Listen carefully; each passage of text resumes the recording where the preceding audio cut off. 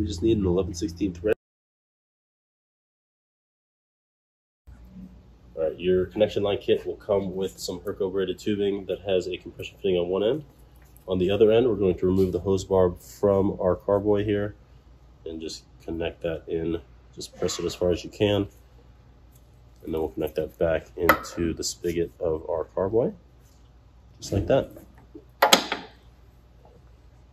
All right, over to our benchtop, we're going to take the valve assembly that comes with your connection line kit, and we're going to connect the elbow end into the bottom of our pump head. This is the inlet.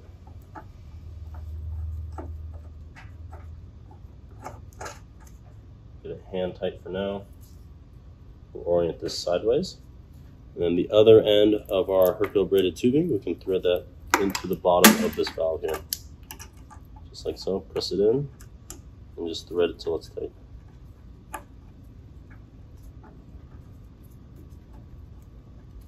Just like so.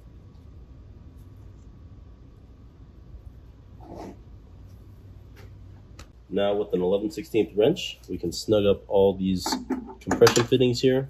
They've been hand tightened, so we just need to give it about a 1/8 to a 1/4 turn to finish them off. Again, from our connection line kit, I've got a 3/8 tube stub elbow. We're going to connect this to the return to tank port on the back of our benchtop. And tight to start. And we just need 1/8 to a 1/4 turn using an 11/16 wrench.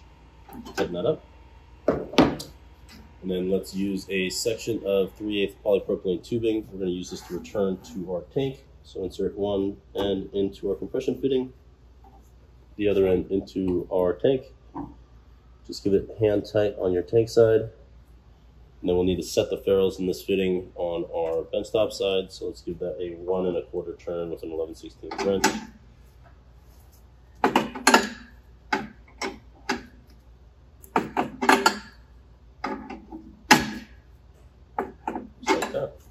Nice and secure. Last thing to do, take our power cable, plug it into the back, and connect the plug side to a power supply.